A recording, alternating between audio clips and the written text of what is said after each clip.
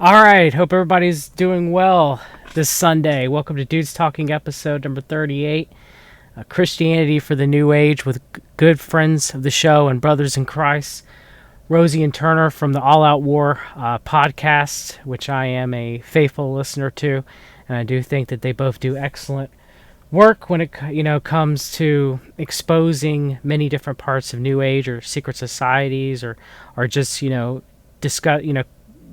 discussions that are relative for Christians today, and I cannot thank them enough for both of them coming on for me this evening for us to discuss many different topics through a Christian lens. How are y'all doing this afternoon? Well, actually, this evening, everybody. But very few people actually want to discuss. They don't want to discuss L. Ron Hubbard and how evil Scientology is, and how it is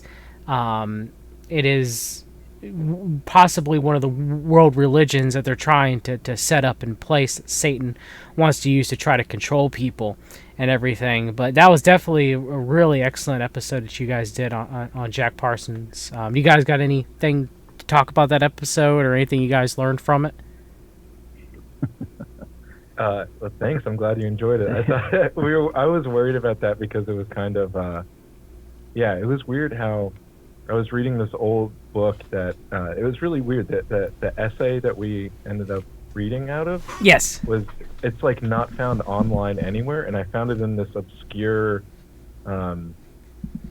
collection. The book itself was really weird, and so it was called Apocalypse Culture. If anyone wants to read it, that's a book. It was written by Adam Parfney or whatever, and so if you want to go read the source text. But yeah, I was gonna say I'm happy you enjoyed it, because I was worried that it was a little too I don't know. I didn't think it translated well, or I was worried about. That's one I was worried about recently. Well, I mean, I have a huge knowledge, Rosey, about Scientology and everything, and I've studied it extensively over many years, and I've also followed the work of Josh Reeves, who's also studied a lot too as well, and he talks a lot about Josh Reeves' work with Scientology. Talks a lot about the way that Scientology is set up through MK Ultra programming, through the CIA early in its inception in the late 40s, to kind of control people and try to get them to break them down and kind of fracture their soul, so that they won't be able to understand that what they're being sold to them is to kind of put demons into them. And a lot of people don't know, as both Rosey and Turner, both you guys discussed about that, is that the whole Frater X guy, that is L. Ron Hubbard, and L. Ron Hubbard was having correspondence with Aleister Crowley, and Jack Parsons and L. Ron Hubbard were having this love triangle type thing, and they were also trying to do Babylon working. Yeah.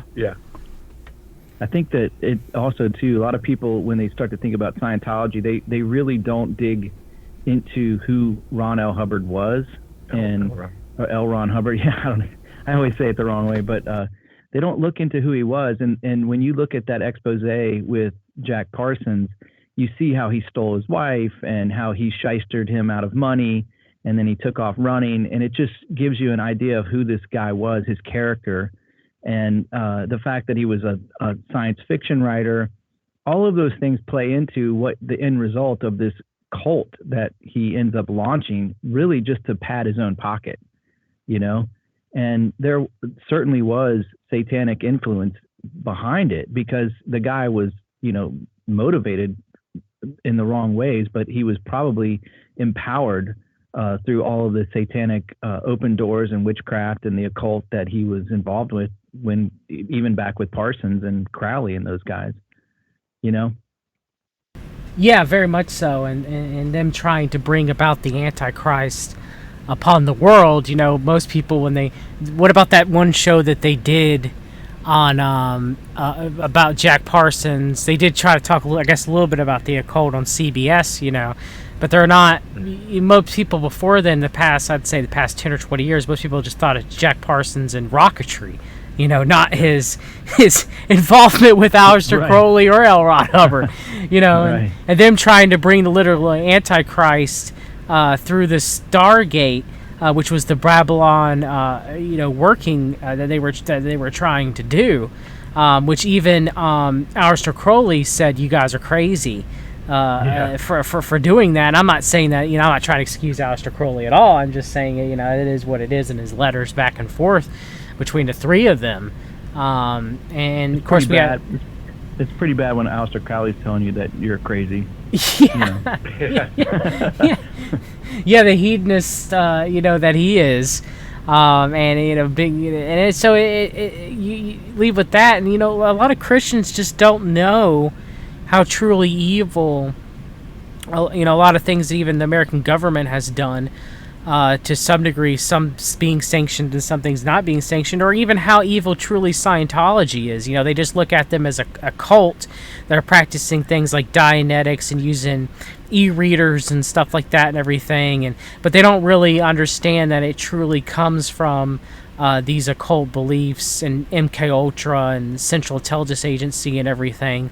And they overlook that part. You know what I mean? Mm-hmm. Yeah.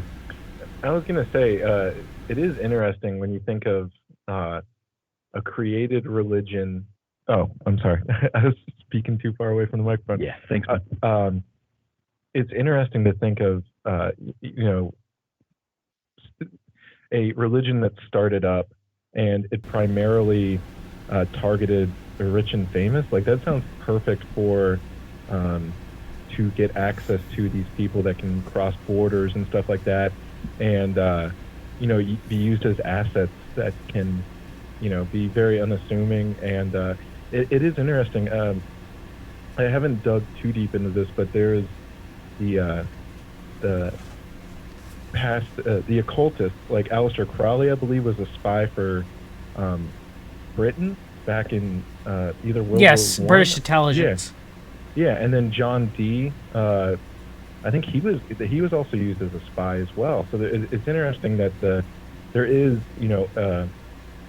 particularly with these like charismatic, for lack of a better term, like occultists, tie in directly with the intelligence agencies.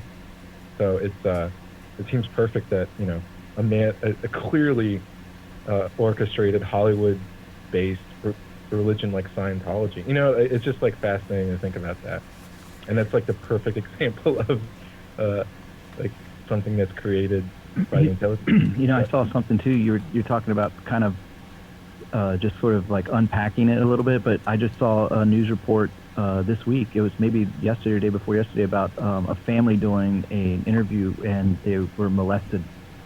So even the pedo junk that we see in all these other cultic stuff, it's apparent in there evidently as well. What do you mean? What family? It was just a family that escaped out of Scientology. Yeah, to Scientology. Oh. Yeah, and the girl was just talking to the woman. She's like in her 40s now. Was talking about how after their church's services or whatever, they would have lunches, and then there would be regular molestations happening. Yeah. You guys gonna have to send me that link. I'm gonna have to see that one. That one's, it doesn't surprise me. Stuff that was going on with Scientology covering up Danny Masterson's crimes and everything, and then Scientology trying to infiltrate the United States government, as Boneless said in the chat, with Operation Snow White, and so it's Scientology definitely is. Christians kind of look at it as just being this weird, cult, like you said, of Hollywood-based, which also, if you turn a whole bunch of Hollywood agents and bring them into your religion, in quotation marks, then you have a lot of spies, in a lot of ways that you can gather information and compromise people, using them too as well. But with Scientology, they also have the free zone. I don't know if you guys knew about this. Where people, aren't part of the church, that aren't part, in quotation marks, of the Church of Scientology, but they can go out and act as free zoners, and kind of not be affiliated with the Church of Scientology, but yet they are. So I'm pretty sure you guys have heard of Jim Marrs, the New York Times bestseller author, right? Mm-hmm. He no, go ahead. Go ahead. No, go ahead. No, I was going to say he supposedly was a Scientologist. Josh Reese had exposed some of his connections to Scientology, and I remember, a couple of years ago, about 4 or 5 years ago now, where Jim Marrs is going around on different programs, being the spokesperson for Battlefield Earth. So it's, he's going around, this is an excellent book, and I'm like, oh, right. Is it, Jim? That's a little weird, but yeah, Scientology is going to be something where, there are a few people out there, including myself, that think it might be one of the religions that they're going to try to push if they do the false alien invasion with Project Bluebeam that Serge Montast has always talked about, of then ended up being them trying to make it the one world religion. What do you guys think about that? Do you think that's possible? They might try to push that as such? Definitely, they would fit well if it was if they weren't the primary agent, that would become the religious system or whatever. They definitely fit well with whatever would become that, because of the whole science fiction and the space and the just basically what they've kind of built themselves as. What's crazy about the whole alien thing to me is that it's a huge, and not to toot our own horns, but we did an episode just a few weeks ago as well on alien abductions. And what's interesting to me is, just like with Kyle Odom and with other things, these aliens have these nefarious sort of tendencies to them. Yes. And when you see how that could tie in with Scientology, is they're always trying to bring out what is bad with people into fix them, heal them, make them, bring them up to and elevate them, Yeah, I was going to say, I don't know, my mind's just been tracking with this, my brain's been putting connections together when you're still talking about, I don't want to backtrack a little bit, but this might be kind of interesting. I know there's this term, if you've seen like the movie, there's this old movie with, not that old, with Al Pacino. It's called The Recruit. I can't remember what the other guy, it's about a CIA agent, but they talk about like they have these undercover, it's basically, what did you say, the free people or? Free zoners. Free zoners. Yeah. They have that concept in like the regular intelligence community. They call them NOCs, non-official cover operatives. So it's interesting right there that you brought that up, that they have this position, or like they say they have the same thing with that. And even thinking of like the e-meters, I think that's what they call them, where it seems like the whole what you're talking about, Turner, the process of breaking someone down. Yes. That sounds like what a intelligence agent, it sounds like a polygraph. I mean, they're trying to tell the lies, and they might say it one way of, we're trying to clear your bad. I don't know enough about the actual e-readers, how they're doing, what the terms they use to go clear, I think, is that, or whatever, like clear out the aliens or whatever it is. I'm not too knowledgeable about Scientology, so forgive me with that. But it seems like something that's really, a polygraph machine. So that's just been really sticking with me, that they have these terms and they use these techniques that are straight out of, like, literally the CIA's playbook or something like that. Yeah. You know what I mean? And as far as like the one world government, I just read this this book. It was by Jacques Vallée. Vallée.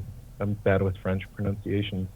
It was from I think like the 70s. It's called Messengers of Deception, and all it is about these UFO cults at the time, and he's trying to figure out why all these UFO cults are popping up right after like the era of the I guess the hippies are starting to die out, and you have like these Christian thing. So it's this weird, the 70s, and so he basically is like breaking all these things down into commonalities that are all inherent in all these groups. Like basically, he's going to all these crazy UFO cults that, and one of the basis of them is like they have a charismatic leader who claims direct contact with UFOs, like an alien came down and gave him this message or whatever, and he's in direct contact with them still. And basically, that's kind of those kind of groups, and they all across the world, all these unrelated groups, all have the same messages that they start to get from these aliens, these beings, and it's all about, we're going to have destruction of personal property. It's all going to be these like hippie commune, destroy the government, like this stuff. They're replacing the idea of God in the sense that, this is a really interesting angle, and I'll circle back to it. By their basically, the claims are that these aliens came down and they're like, oh, all these past things that humans did, these accomplishments that, maybe I would say as like a Christian of, we're blessed with these brains to use, and humans can figure it out on ourselves, and look at all these cool achievements that we've, and not in like a boasting way, but just like a cool way. And these aliens, the narrative across the board was, you didn't do anything, you guys are stupid, you guys are just aliens, or I'm sorry, you guys are animals, and it took like this outside power that isn't God to come in and bring all this stuff. So it's really this dehumanizing thing that takes away any special importance, like the elevation that we are placed, that humans are placed above animals, in a Christian worldview, is completely demolished, and it's this leveling down.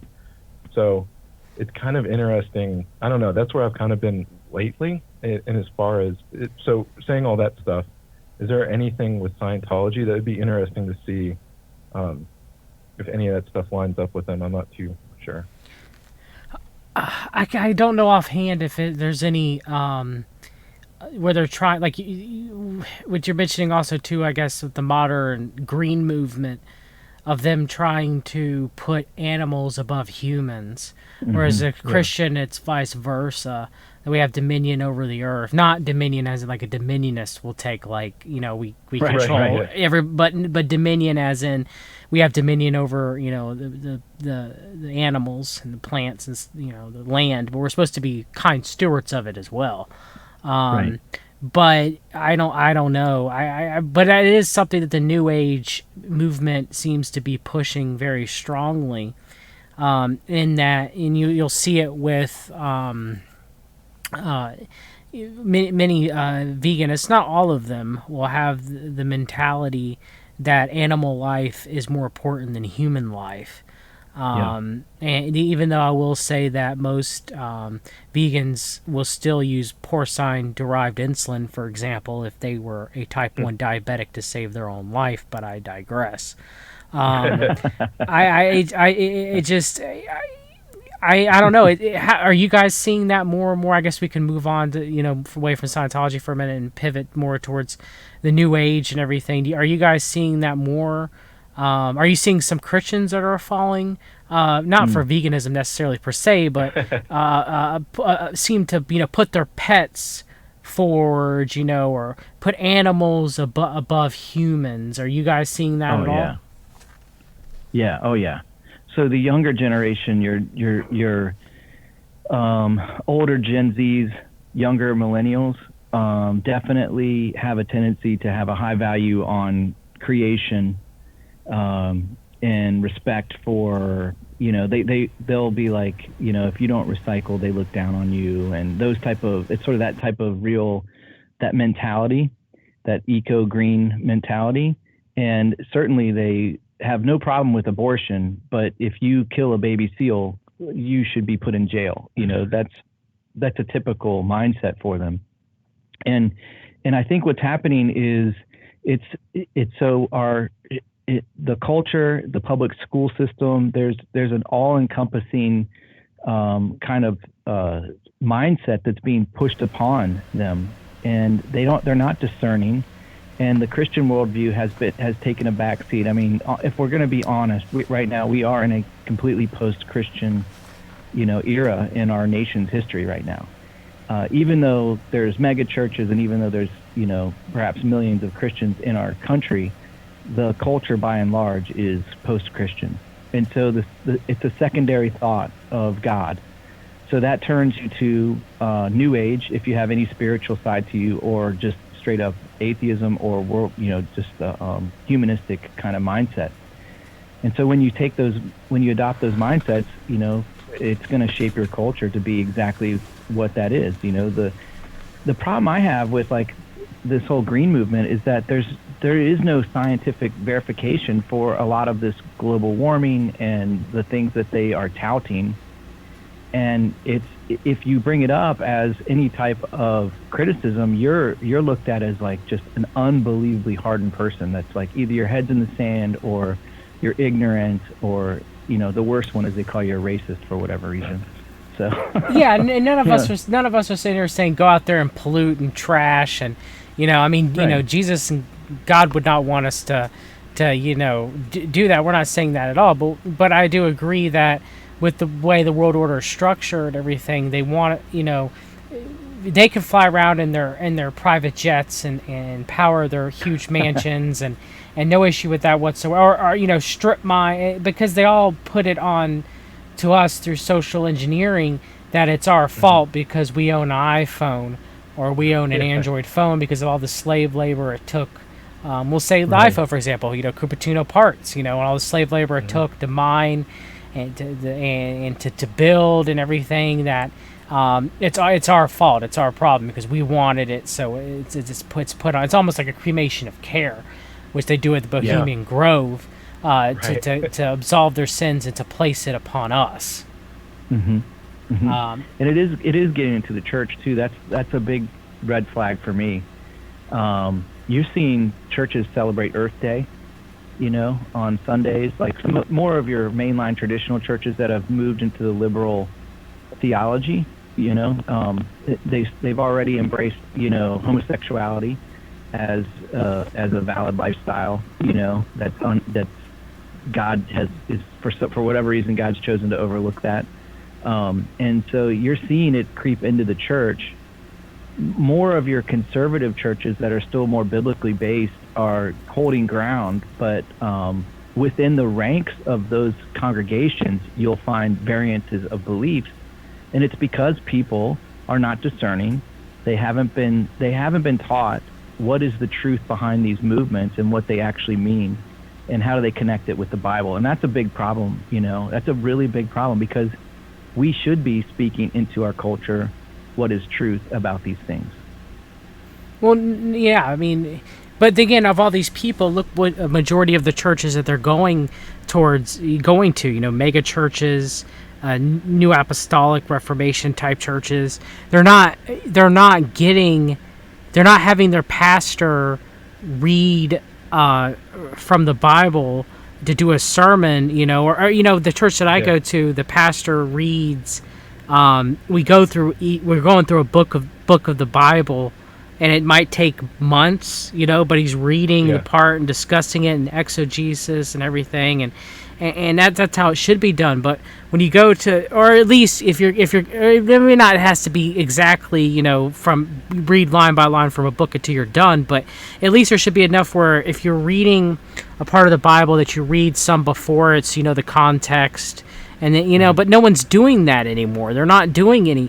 They're barely touching their Bibles. And that's becoming a major problem in Christianity, is because eventually you have people up there who start giving false doctrine, which it does talk about that will later increase. Over. I'm paraphrasing. I don't have the exact Bible verses in front of me, but that it would increase. And it seems many people also are preaching for shameful gain too as well, and And so because of that, since it was, think about it, both. I want to ask both of y'all. When I was a kid growing up, when I went to church, Sunday school, you would give a Bible lesson and that was it. And then it became these lessons that you remember, but you don't really remember anything around those lessons. You know what I mean? So the foundation's so shaky now to begin with, even when I was growing up, that I wouldn't even want to see how shaky it is now. Yeah.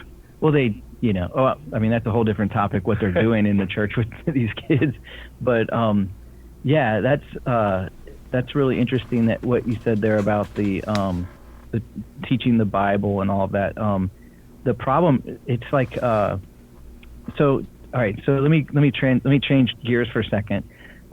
Somebody today, I sent this to Rosie. A friend of mine, he lives in another country, and he got and I trust this guy. He gets some pretty good intel, but he put on there could be 1.5 million Chinese people infected with the coronavirus right now.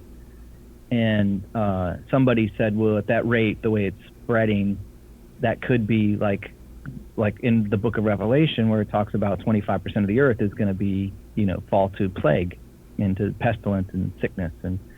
And I started thinking, when you were talking about the green movement and all that, well, at the end of the book in Revelation, there's some pretty heinous stuff that's going to happen to the earth, man. The oceans are going to be pretty gnarled out. There's going to be fires, earthquakes. The earth is not going to get better, and we're not going to slow that down. There's no way that we're going to stop that. You can't stop entropy.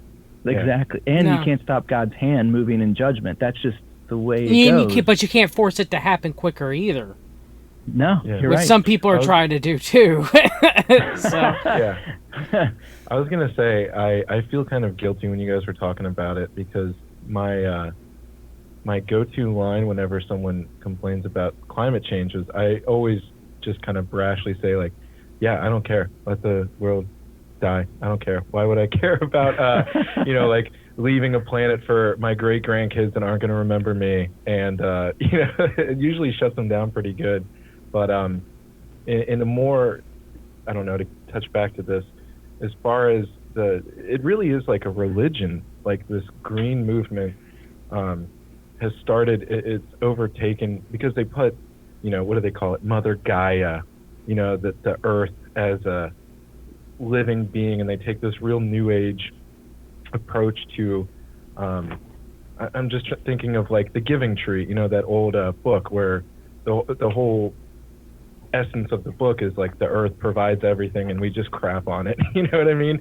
And we're just terrible people, and the earth has these feelings and all that stuff. And that's really what it's been about. And as far as so it's become this deathly religion, this zealot, these people are zealots that what is her, that autistic girl, Greta, whatever her name is, that girl, she's been placed in this, I mean, she's up for a Nobel Peace Prize. Yeah, and what did all she say? She said oh, you guys are bad people. How dare you? The planet, yeah. I've been off social media for a while, but I don't know exactly what she said. But she's talking about it with this religious fervor and pointing at these people you're gonna kill all of us. You guys are gonna kill all. Yeah, of but us. she is Greta Thunberg is brainwashed to some degree to yeah. get it. And I do feel sorry for her in that standpoint. Yeah.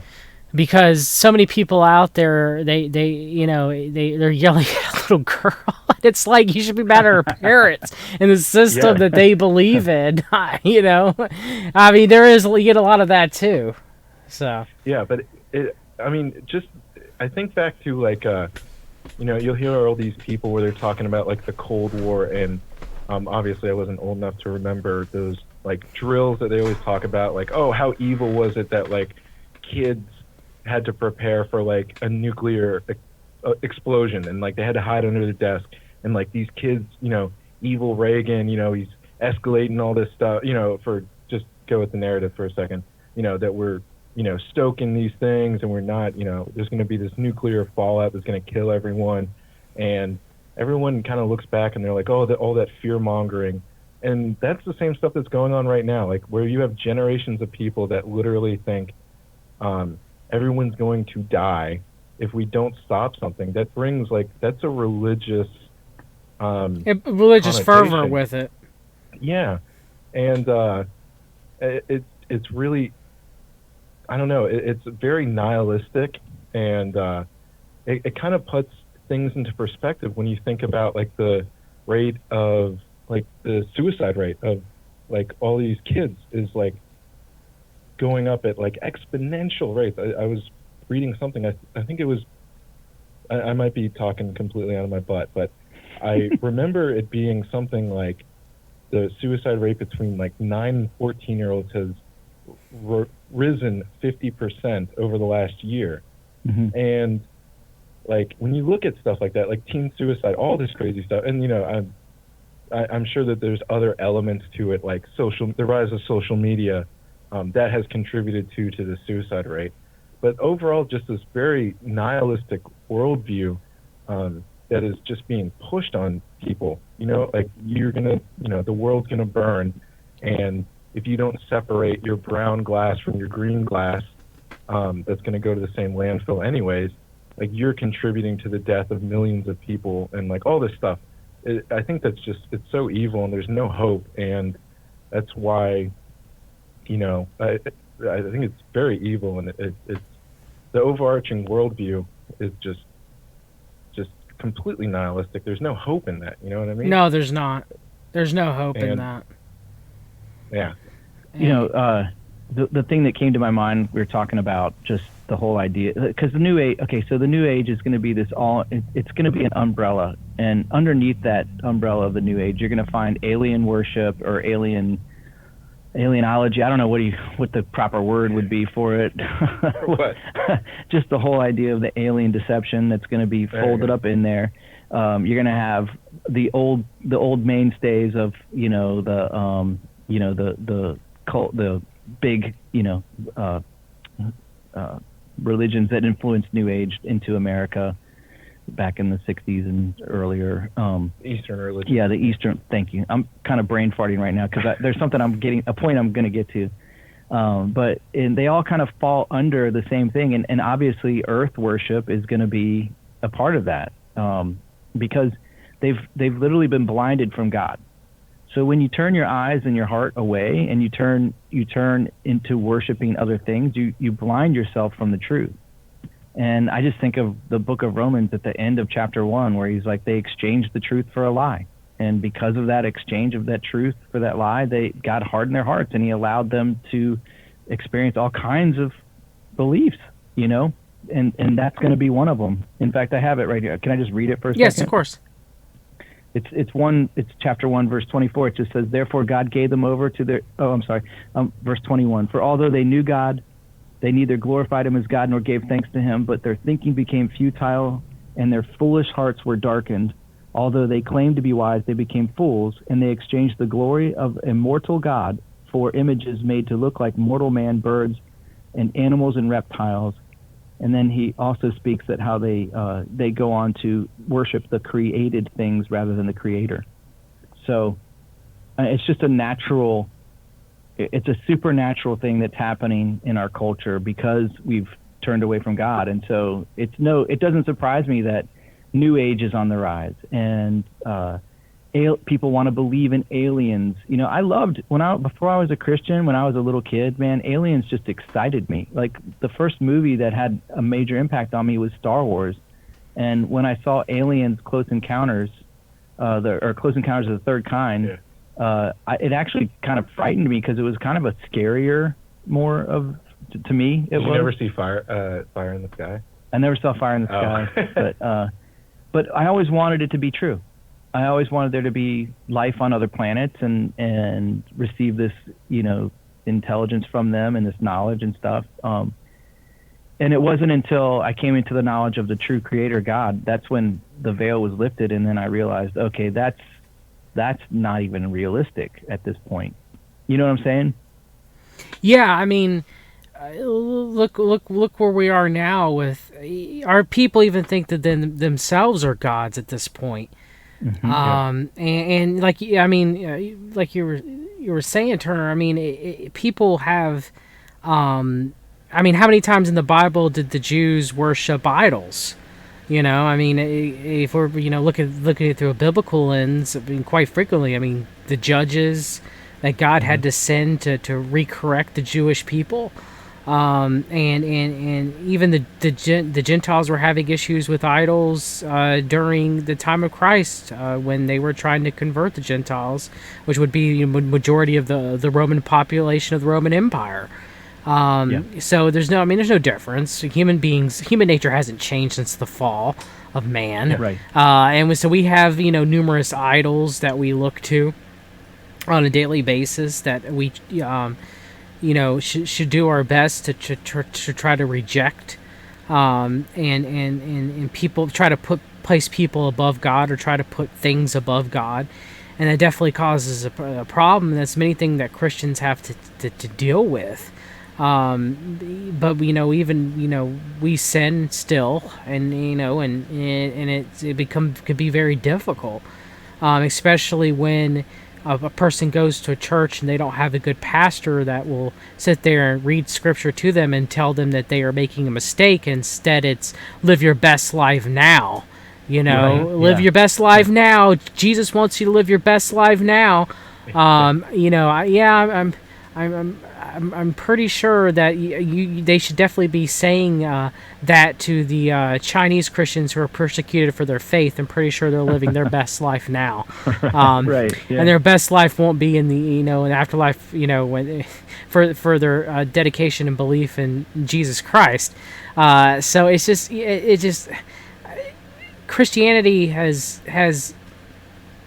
at least in the United States has broken apart. You have so many different denominations and so many different beliefs and so many different mega churches, and it's very difficult now for a person, unless they have the power of discernment, to try to, if you're a Christian, to try to find which is the correct church to go to. And even then, I mean, it's gotten to the point where I believe that you and I, we're all having fellowship right now, and people are listening to that, and I think in most cases churches should be very small, and be able to do the work, because I think the larger something gets, the more corrupt it eventually will end up becoming. Not all of the cases, but majority of cases. So, I mean, Christians they're not, like, you're right, Turner, they're not told that homosexuality is a sin. They're not told that God will give them everything that they ask for. God won't give them everything that they ask for right then and now. Okay, because our will does not supersede God's will. They're not told that they're supposed to hold God's 10 Commandments. They're not told that they're supposed to read their Bible. They're not told any of this stuff. Instead, the pastor just goes and stands up and gives platitudes and stories and makes them feel good about themselves, and they give money to the church and then they go home. I mean, that's where we're at this moment, and because of that, it's a problem. I mean, it's really causing major issues for this country. It's causing major issues for Christians, because people are falling away from the faith in record numbers because they just don't want to go to church. Why bother? So it's becoming a major problem. I was joking with Rosey earlier this week. I'm not really joking. I was thinking, I think I have an idea for a book, and it's called Raised by Wolves, and it's really an expose on why there's such a lack of discernment in the church today, in the evangelical church today. And it would go back to the fact that their spiritual leaders, their pastors, they're not shepherds, they're wolves. They're not doing the job that they've been mandated in Scripture to do. And so what happens is you have a flock of people, a whole generation of people that lack the discernment and the understanding. And it goes back to what you were saying, John. It's just like, hey, we're going to find these things. They're going to be plain in the Scripture. Just have to look in the Word of God. And so that's really the answer for it. But man, I'm seeing more and more churches just fall into New Age traps all the time with different things. yoga, the Enneagram. We did a whole thing on that, and the Enneagram makes me want to spit. It makes me so frustrated. Um, the way that it's just growing in popularity right now, and its origins that are just straight Connected into to the the new age. connected to Russia too as well. The Enneagram is, but continue. To Russia, really. Yeah, it has Russian connections too. Yeah, it does to the Hmm. KGB and everything. Yeah, Wait, what? You yeah, it gotta tell me does. about this. I It did not know does. that. You gotta tell I me. have to get the information from my friend C.S. Joseph, but yeah, yeah, we've talked about it before. He's not a fan of the Enneagram at all. Now he does a little bit of a modified Jungian analytical psychological, like your personality types and stuff like that and Hmm. everything. But it's a little bit different than the Enneagram. Yeah, And yeah. so the Enneagram, yeah, he's talked about it many times about it having Russian KGB origins, and he showed me the proof. I don't have it on me on hand. I can't, Oh, but dude. I'll definitely get it from him, and I'll send it to you guys. But yeah, maybe we Yeah, can end up please. doing a part two about that. Yeah, Yeah. that'd be Um, great. Dude, we but can always count on John to drop a little bomb on us every time. yeah, because I remember listening to y'all's episode, I was like, I wonder if they're going to talk about this, because I didn't really know until I actually looked, and because he was talking about it, and I was like, whoa, it does seem like it does have Russian, KGB origins. Enneagram does. It also has this little bit of theosophy Yeah. rolled into one too as well with Enneagram too. I mean, you get some even with Jungian analytical psychology. Carl Jung was a theosophist and Yeah. a Gnostic, but Yeah. it's interesting that with it all. But you're right. They're accepting yoga with the Kundalini spirit. There we go. And then just yoga opening. It's something people think is something as harmless as that, but meditation opening up people, definitely people who are spiritually blind, opening them up. I'm not saying that even as a Christian we should not practice any divination or anything like that, but I'm just saying with Yeah. those people are especially very extremely vulnerable to it. Just much like Kyle Odom was. You get possessed. It happens. Yeah. Spirits and demons go into you, and then it becomes much of a problem. Yeah. So. Yeah. I, I don't. Yeah. That uh, the Kundalini spirit, man, that's a crazy thing to start researching, man. It's just a matter of time. I'm seeing, and so you segment off, like you talk about New Age influence, right? Yes. And it's really old. It's really not new. It's old. It's just old Eastern stuff. But when you look at charismatic branches of evangelical Christianity today, I see more and more New Age creeping into some of these ultra charismatic. Like I'll call them out. I got Bethel. Yeah. Right. I'll just Yeah, say it. Bethel's one of the worst ones. Yes. Yeah. Well, they have like the Turner, you're gonna know what I'm talking about. They use basically a Ouija board and tarot cards. Yes. And I What do think they call the tarot cards? Oh, what are they called? They're like your angel readings or something. Angel Like yeah, that. they're like your Yeah. destiny cards or Destiny whatever. Destiny cards. Yeah. And I think it's a spirit board is what they call it, or something like that. It's just Which It's is like your pure guardian angels divination. right. Yeah. It's so absolutely insane that it really says something about the state of American church. It's discern. It's just discernment. They just don't have it. Well, I mean, I think this is way past discernment when they're using like literal demonic devices that have absolutely no like I'm gonna say this just to play a little bit of devil's advocate, or just go with me on this. All right. So I know the Enneagram is evil, but that's like one of the things that or with meditation might be a better example. Yeah. Where like Christians or yoga, where they're like, oh, there's nothing particularly wrong with stretching, and there's more of a case that obviously I don't think yoga, because all of the crazy Eastern religious stuff that goes into it and all that stuff. But you can make a case for like a Christian. Oh, what's wrong with doing this stretching position because it helps my lower back that just happens to be downward dog or something like that. But there's a difference like that. Maybe discernment is like, oh, you might be a little off, or let's see what where your heart's at or something like that. But it's just like completely jumped the shark when they're using like something that has no Christian applicable thing that's purely evil by all objective standards of like tarot cards and a Ouija board. Like there's that. I want to say that that's so far past bad discernment that's into a organized like thing that is an infiltration. Like that's the first steps of like outright infiltration of some sort of agenda. You know what I mean? Like it's way past lack of discernment on behalf of pastors to do that. That's straight into like being led by evil. Yeah, that's how I. Yeah. No, I agree. I agree with you on that.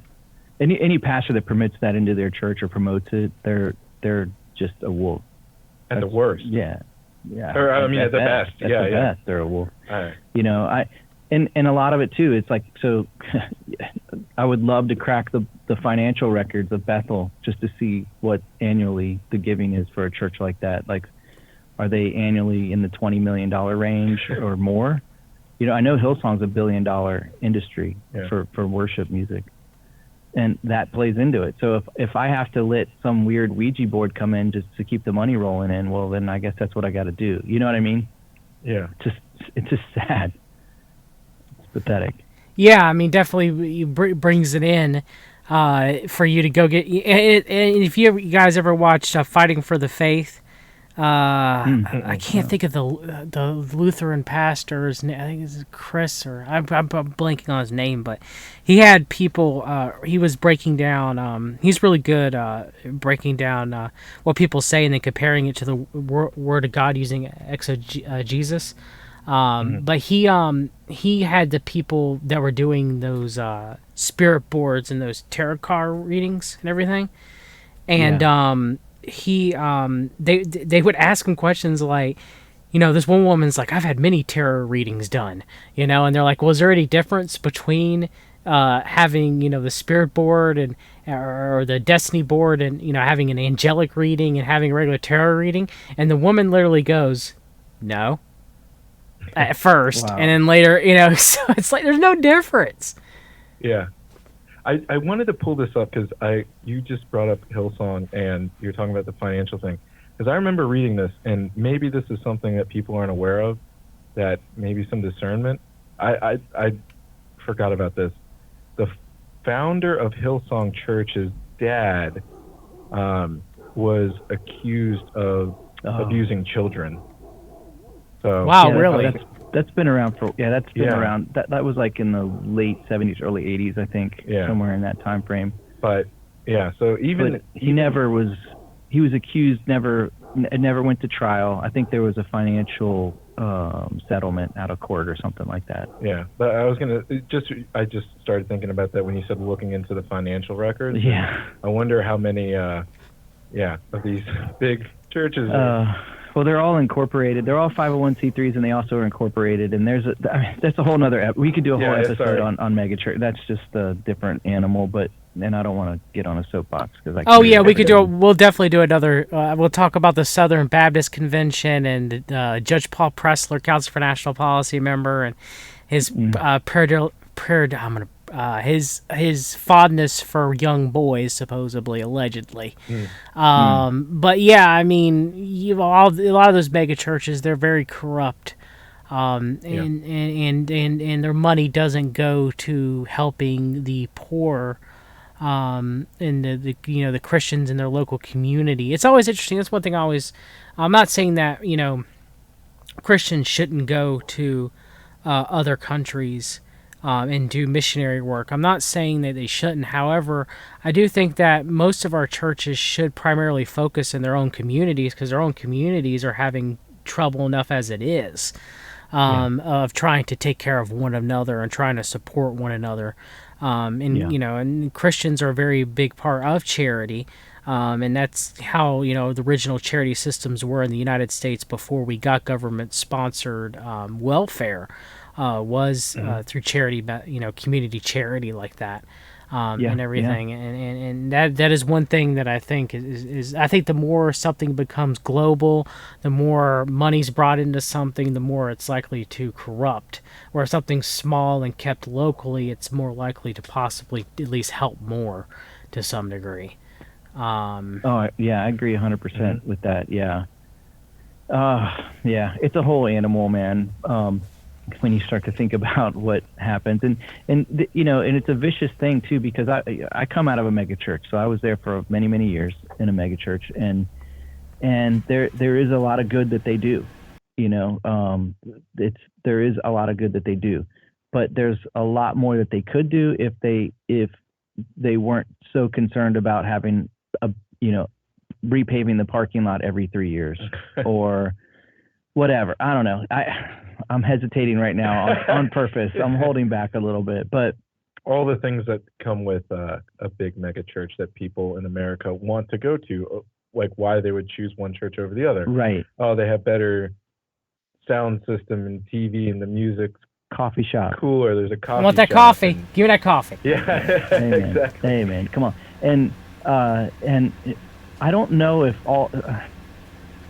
Hebrews says that we should concern ourselves first with the household of faith. So when it comes to supporting and helping and assisting, the church should be looking after its own first.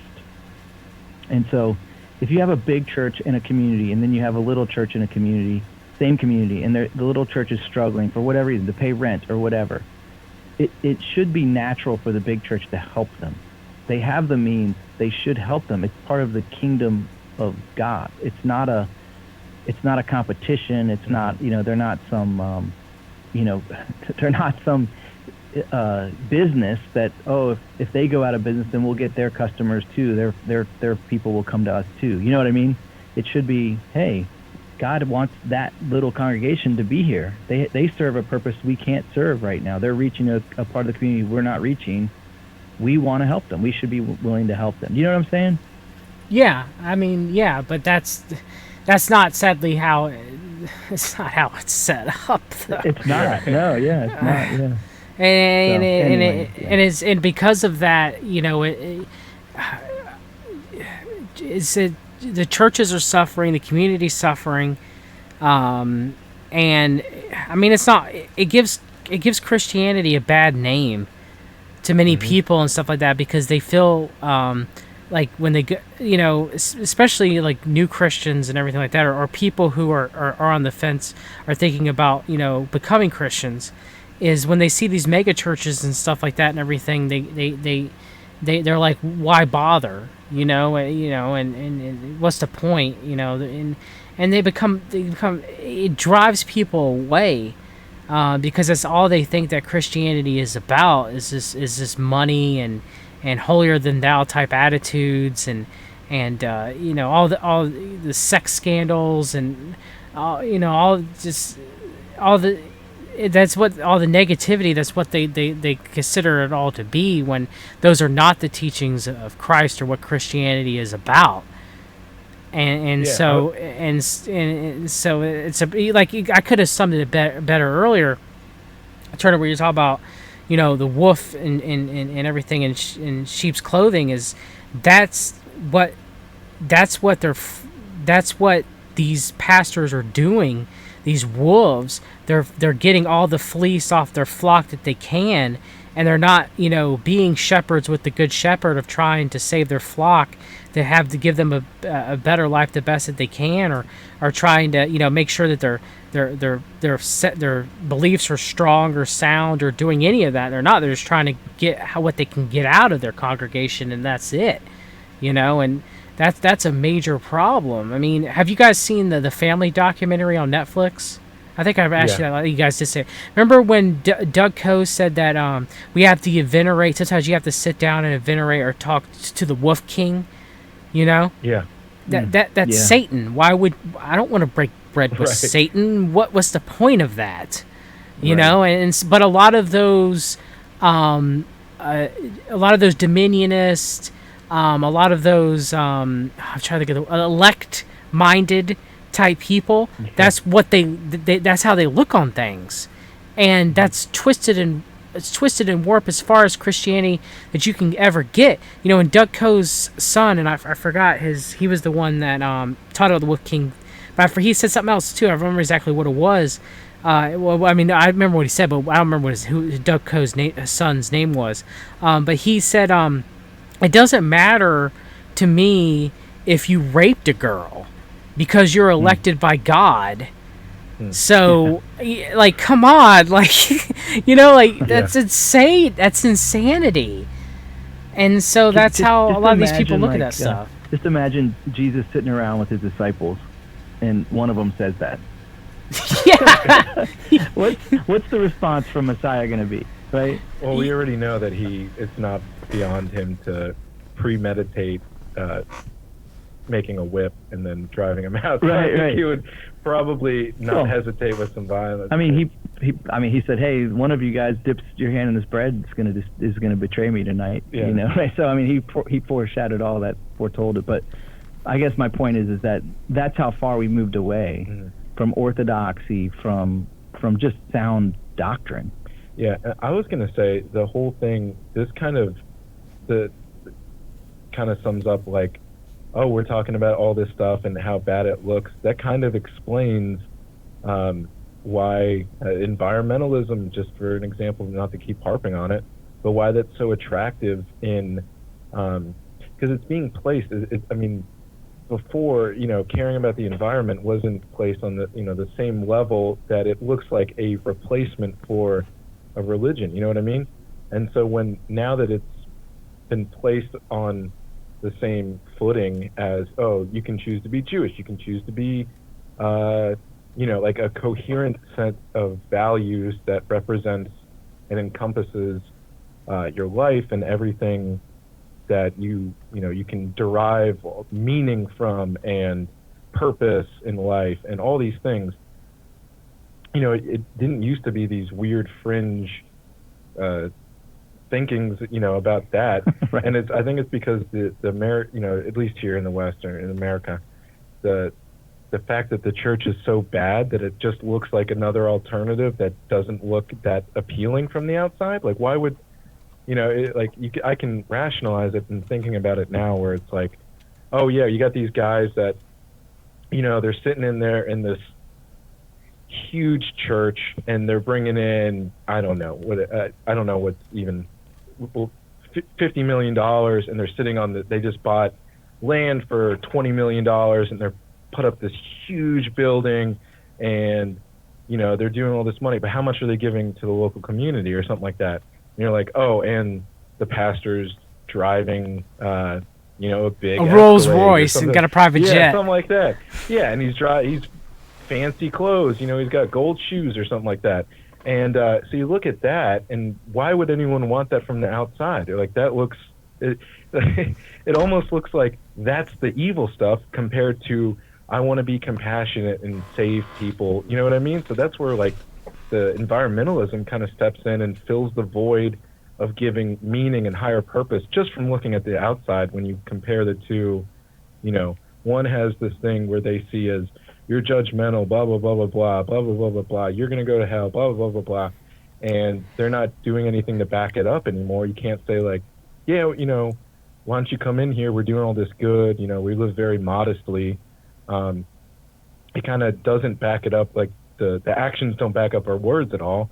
And so someone from the outside might look and see the environmentalist movement and like, oh, at least they're trying to better people outside of themselves. Right. At least they have a earthly, greater mindset. They're caring about more people than just themselves, So it kind of, I think the failing of the church, very modestly, there's a void that needed to be filled, and environmentalism and the green movement has stepped up into the plate, and it kind of, looking from the outside, looks like it fits good. You know what I mean? Like, just from a very base level outside, you judge, this and that.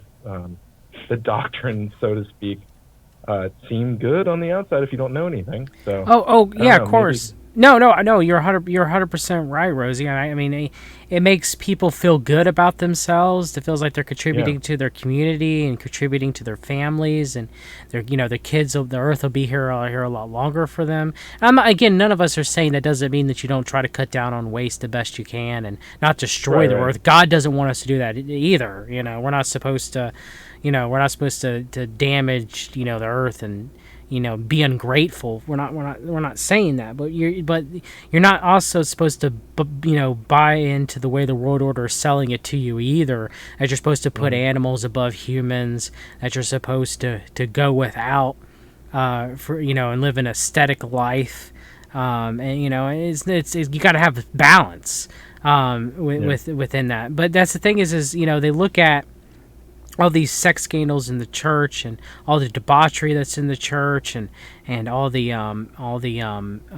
the mega wealthy pastors. And I'm not saying that a pastor shouldn't be able to provide for their family or have a nice house or have a nice car. I'm not saying that. But however, I'm not saying they're not supposed to drive, a BMW and have, a mansion or any of that either. But I mean, it's so they see that and they're like, being socially conscious and being environmentally conscious and stuff like that, that seems like caring for your fellow human being. Christianity, that doesn't look like that. It just looks like rich people getting rich. And people sinning and people, not caring about their fellow man and people hating on everything and not showing compassion. So therefore, I don't want that. So it causes a major problem for a lot of people because they don't see Christians like us having this talk, like they don't see that. They see us as being, bigoted or hateful or any of that. And as a Christian, we want to bring people to Christ. We want people to be saved. We want people to turn away from their sin and try to to recognize it and to try to be a better person to try to emulate Christ. And to them, to us, because of all that ilk that's gone with modern day Christianity, as it's almost became Christianity in quotation mark, all these branches like the New Apostolic movement and the mega churches and everything. It's almost that's Christianity for the new age. They're not practicing Christianity, they're practicing something else. And it's sad. It really is. Yeah, and I mean, it doesn't. If you can't get them in the door, then you can't give them the good news. You know what I mean? Like if the outside, they don't care if we have the secret to. I don't know. Like if we had something else that was. It was never to get them in the door. It was always go out. The Great Commission is go. Right, that was the commission. Yeah, I phrased that wrongly. I meant like if they can't get past the exterior of, like, if someone is a friend of mine and they're watching me, and I am, saying like, oh yeah, blah blah blah, like the sanctity of marriage, blah blah blah, and I'm like hooking up with a bunch of chicks, right, all the time, and like wasting all my money and like. Which reminds me, Rosie, we need to have a talk about yeah. Oh, yeah.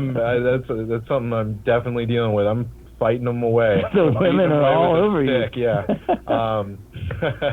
But I mean, if we're hypocritical on a personal level, and this is kind of basic Christianity 101, that if they don't notice that there's anything different about the way I'm living my life, then they don't even care about the message. It doesn't look like I have anything to offer them. Yeah, but even non-believers and even other Christians have to realize too. I could see your point there, Rosie, for sure. But I have to also say that we, even though all three of us are Christians, the flesh will still sin. We will, and and I'm not saying that there's a difference between holding someone accountable for their actions. As brothers in Christ, we're supposed to do that for one another. but we're not supposed to hold a finger out and stuff like that. And a lot of people don't realize that too is they think that Christianity is supposed to be, as Christians we're supposed to be all accepting, that Jesus was accepting, he was like the whole hippie, the whole Catholicism, dogma, Kevin Smith movie type Jesus, Buddy Christ, nice guy Jesus. And Jesus was not all that. I'm not saying that he wasn't loving, but he was also, there's also divine retribution to as well, aspect of Christ too. So whipping the money changers out of the temple. So the thing is for Christians, we have to, at one hand, we have to do our best to emulate Christ and to follow the Ten Commandments and to revere God and to do our best. But we also have to realize that we also have this flesh, and the flesh will sin, and we have to do our best to strive against it, but realize that will happen, and we need to hold our Christian brothers accountable. But we also need to realize that too, that people will fall. We need to do our best to, give them a hand to help them back up. It's very complicated. You know what I mean? Because we're almost having to do a whole bunch of different roles. Yeah, and I didn't mean, I was trying to use that as like a... No, I know. I'm just saying totally Christians in general. Yeah. I wasn't, saying you, Rosie, but the world has, a lot of the world loves to think as Christians we're supposed to be perfect. Yeah. But we're not. We're still human. Right. Yeah. Well, that's the beauty of grace, man. It's like nobody's got it. Nobody's got it together. Like, I don't know. The phrase I heard once was, "I'm just one beggar pointing to other beggars where to find food." And it's like the picture of grace. Here I'm a fallen, broken sinner, man, and guess even though I'm forgiven, I'm still a fallen, broken sinner. And I need help every day. And I think that's kind of so when you move into a moralistic theology where morals indicate salvation, then you've already lost them, because this was the tragedy of a lot of people who are in their teenagers and they're young in their faith. They're always told, don't drink, don't smoke, don't have sex before you're married, all this stuff. And it's all this moralistic stuff, rather than pointing someone to the fact that, hey, guess what, man? Your body is the temple of the Holy Spirit. Hey, guess what? God's a holy God, and he's created you in his image, and he has an amazing plan if you follow his will. And if you pollute your body or you do these things, you're actually offending a holy God who has actually reserved a place in heaven for you at a high cost of the life of his son. So there's things that just were never communicated effectively for a big part of a generation. And we thought we were being effective, but we really weren't. We were just creating moralistic, salvation, which is not a possibility in any way. Well, I was going to say, and you look to like contrasting that moralistic thing to like the New Age thought where it turns everything positive. Rather when you have this Christian that says, don't have sex, blah, blah, blah, blah, blah. Why shouldn't I have sex? Because it's bad. And you just get to like that point, and then contrast that with like the hippie, like, hey, sex is like really, it feels good and you're showing love and it's all love. So just share, like, you can sleep with everyone. And, it kind of places it in more of this less of a judgmental way, but it's very, so that's why this leftist thing, if Christianity doesn't do it correctly, the void is just filled with this thing that they can turn it into, it's all about the here and now. Like when they say, oh, it feels good, blah, blah, blah. That's why you should, enjoy this and like live your best life now. They're both saying that, but one's condemning it and one is embracing the fallenness. You know what I mean? Yeah, I think there has to be. I think there has to be a mixture of the two. Yeah. And we we have to. You definitely, you're both right. That we have to, and I agree with you both. That we have to in a way, say, as a Christian, we're supposed to revere God. So we're supposed to, do our best to try to fight against sin, but realize that when we do sin, that we should, ask for forgiveness, for our sins from God and from Jesus Christ, and realize that it will happen, not as an excuse, but, just, realize that it's like a person who's dieting, and they try to do everything perfect, and very few people do. So what happens when they, it's a birthday party and they end up cheating? Well, they end up feeling bad and guilty, right? And so they end up getting off the diet more times than staying on it, so that becomes a problem. And so, and to keep someone on diet, it's usually best to realize that if you have more good days than bad days, you'll end up losing weight overall over a period of time. The more days you're sticking to the diet, the more days that you're doing right, is the more days. So it's the same with, the more days that you're reading your Bible, the more days that you're praying more to God, the more days that you're trying to follow the 10 Commandments, you're more likely to stick doing with all those things. Because, there is the soul, but there is also the flesh. And the flesh will always want to push, you into making bad decisions because we are fallen. So that it makes it very tough. So we have to, the problem, Christianity, we're walking a fine line because we don't want to sit there and be like, well, we're all under grace, therefore you can go do whatever you want, But at the same time, you don't want to be like, you make someone shame someone to the, to the point, you don't want that either. So you got to kind of balance it. You understand what I'm saying? Yeah, absolutely. You put that very succinctly, man. That was good. It's tough. It's really tough because. Hey, you there, buddy? Yeah, can y'all hear me? It's really tough. It's tough to try to get. I mean, what do you think about it? Oh no. What do you think about it? Yeah. Turner, do you got anything you want to mention or anything? As you being a pastor and everything, where do you look at? Where do you see it? Come on. Hey, can you guys hear me? Did I lose you? Hello? Turner, you guys there? Yeah, Can you all hear me? Alright, let me try to call him back. I have no idea what happened. Could be the internet.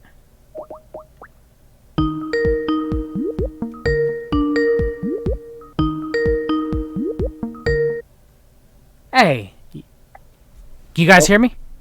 Can you hear me? Yes, can you hear me? What's going on? Hold on one second. Okay. Why is this? Oh, you know what? So, getting back to everything, what are you guys saying in the chat? Or give them a minute. Must have had an issue with technology. Yeah, one thing I want to bring up with them. One thing I didn't even think of. I guess one last thing we'll talk about. If they're able to fix their connection is hey, can you guys hear me? Is yes, can you guys hear me? Yes, Sam, can you hear me? Sorry about that, man. That's okay. Yeah, when we got dropped, it got disconnected. Yeah, I wanted to restart it because we were having some issues at the end. Is there anything that you wanted to say real quick about that, Turner, real quick? I mean, I think you said it really well. I think it's a tightrope walk a little bit. It's about grace, and the reason that we spend time in God's Word and try and invest in our spiritual lives is not to be saved, but it's out of our salvation. It's the works come because we're saved. The things that we do, they don't save us, but they do. They are a part of what we do because we're saved. So that's what I would say. It is a tightrope, but anyways, I think we got wrapped up in that a little bit deep, but that's okay. Yeah. Lord, One quick thing, and if you guys have anything else, we can end up closing. It's getting late. Is one thing I've always found interesting, and one thing that is and I guess it goes to what some Christians will accept at certain time periods and what they won't accept in certain time periods. Is Christianity, at least in America in the early 1900s, was actually very much pro eugenics and pro abortion, especially during the time of World War II. Not all Christians, not all, but a good amount of Christianity during the United States was. And then later, of course, it's definitely not not the case now. I myself, I'm definitely pro-life. I'm not saying that, but or I'm saying that was a good thing. But it's very interesting that very few Christians know about that, or very few Christians ever talk about that. But I think that's one of the things where the church will time to time will ebb and flow on certain things and accept certain things or reject certain things. So I mean, what do you guys have to say about that? Is one thing that I always had found interesting as a Christian of it being accepted of something that all the three of us here find more morally apprehensible now, but something that was accepted of the time period. I was gonna say I didn't know that. Yeah. But I was gonna when you were saying that it got me thinking. There's this weird, I don't know, strain of thought, or what is it? It's part of, I think they call it like this group of people. They call it like the Christian identity movement, or there's a lot, that whole thing where whites are the real Israelites, and other races are therefore inferior. Or you'll see the British British Israelism. Yes. Yeah, and I know it made it here in America as well. But I think part of it, which is kind of interesting, or I don't know, I don't want to say interesting, give it a lot of credence, but they, and Turner, you might correct me if I'm wrong, but I know that there's, I think, a book called The Curse of Cain that kind of discussed that Cain, basically the idea was, because in Genesis, after Cain and God, tells him that he's forced to, go across the world and, just meander and whatever, but no one can touch him, and he gives him this mark so that everyone would know he's different. This is summing up the view, basically, that Cain was the first black person, and so his dark skin was the actual. Yeah, I used to hear them used to say ham too. Yeah. But yeah, I've heard that. I wonder if that has anything to do with it. So if the church at that, during that time period, if they had this thing that's evil and, eugenics and, especially here in the United States with Margaret Sanger and the Nazis that she worked with, I think it was what was his name, Strubberg, something like that. It was during the time of World War II, and beforehand, during the 1930s, even the American First movement, a lot of them were rife with eugenicism. I mean, there was a lot of Christian churches at that time, because of that, were pushing eugenics type. They believed it went hand in hand with God. And it's just insane to me. That was being pushed at that time. Yeah, and I was going to say, it's one of those things that, if you go back to just here in America, and I think everyone here that's pro-life and knows the history of it, that Margaret Sanger was a eugenicist, and that's what she wanted to, the undesirables, and create abortion. And, now the numbers are changing, but for the most of history, it was mostly black babies that were aborted at, a much higher rate. So they really were getting these people, this group of people that they didn't want here, to essentially kill themselves off. Like eugenics by proxy, almost, have them do it, a cultural suicide. So it's, I don't know. I can't imagine the church being okay with that now. That blows my mind. Well, there's a couple things that come to mind with it for me too. I think.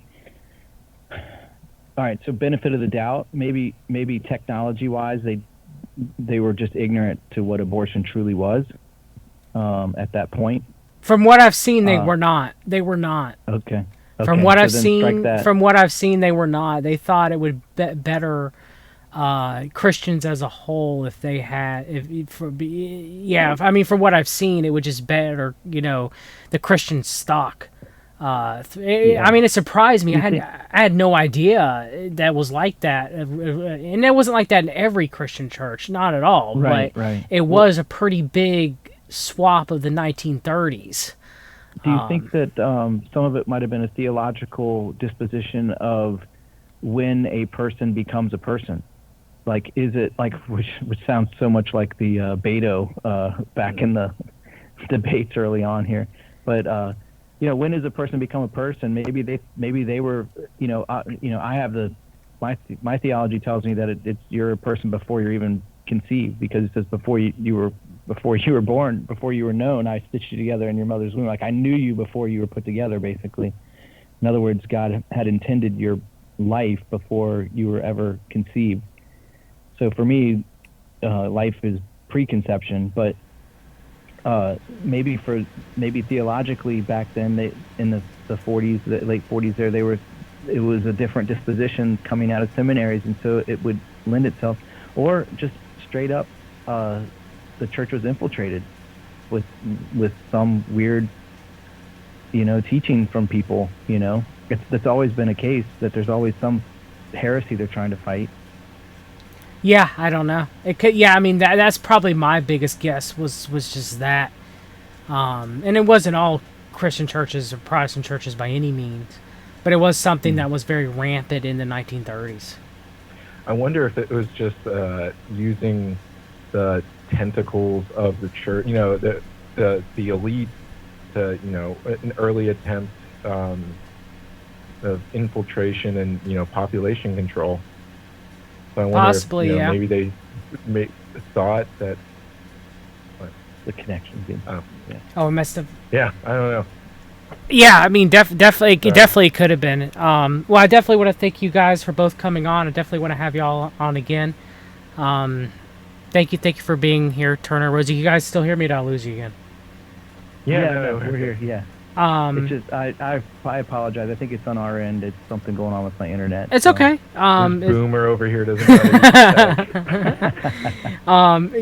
Tell everybody where they can find you guys.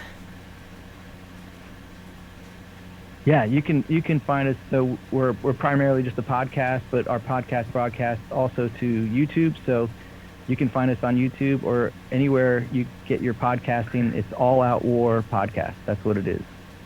And we're on Instagram and Twitter and Facebook as All Out War Podcast as well. All right, definitely want to thank you guys for coming on. Do you guys have a good evening? Yes. Thank you. Thank you, man. We love talking with you and hanging out. We'll have to do this again. Yeah. Oh yes, very soon. Y'all take care. God bless both of you. You too. All right, brother. We'll see you. Bye. Bye-bye. All right, that's it for this evening. I enjoyed the show. I love having Rosey and Turner on. Definitely fellow friends of the show and brothers in Christ. All right, everybody. Take care. God bless you. Always till next time. Always read the documents. This time being the Holy Bible.